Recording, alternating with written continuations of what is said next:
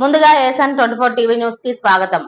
Human rights society బహుజన అభ్యుదయ సేవా సమితి భద్రాద్రి కొత్తగూడెం జిల్లా అధ్యక్షులు తంబళ్ల నరసింహారావు మాట్లాడుతూ నిన్న భద్రాచలంలో జరిగినటువంటి 6 అంతస్తుల భవనం కూలినటువంటి ఘటనలో కూలీలు చనిపోవడం చాలా బాధాకరమైన విషయం.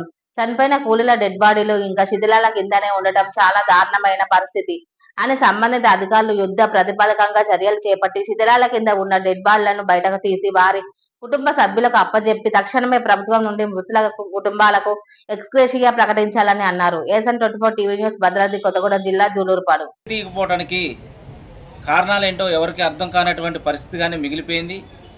సంబంధిత అధికారులు నిమ్మకు నీరెత్తినట్టుగా వ్యవహరిస్తూ అటువంటి ఘటనని యుద్ధ ప్రాతిపదికంగా ఏర్పాటు చేసి ఆ శిథిలాల కింద ఉన్నటువంటి శవాల్ని తీయకపోకపోవటానికి గల కారణాలేంటి? ఇలా బాధ్యత లేకుండా వ్యవహరిస్తూ ఉంటే సమాజంలో మానవ హక్కులకి ఉల్లంఘన జరిగినట్టే.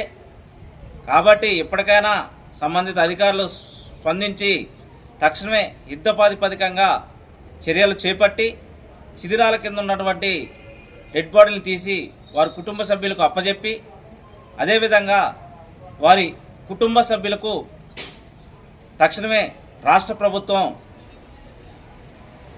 ఎక్స్‌గ్రేషియా ప్రకటించాలని చెప్పేసి హ్యూమన్ రైట్స్ తరఫున నేను ప్రభుత్వాన్ని వేడుకుంటున్నా.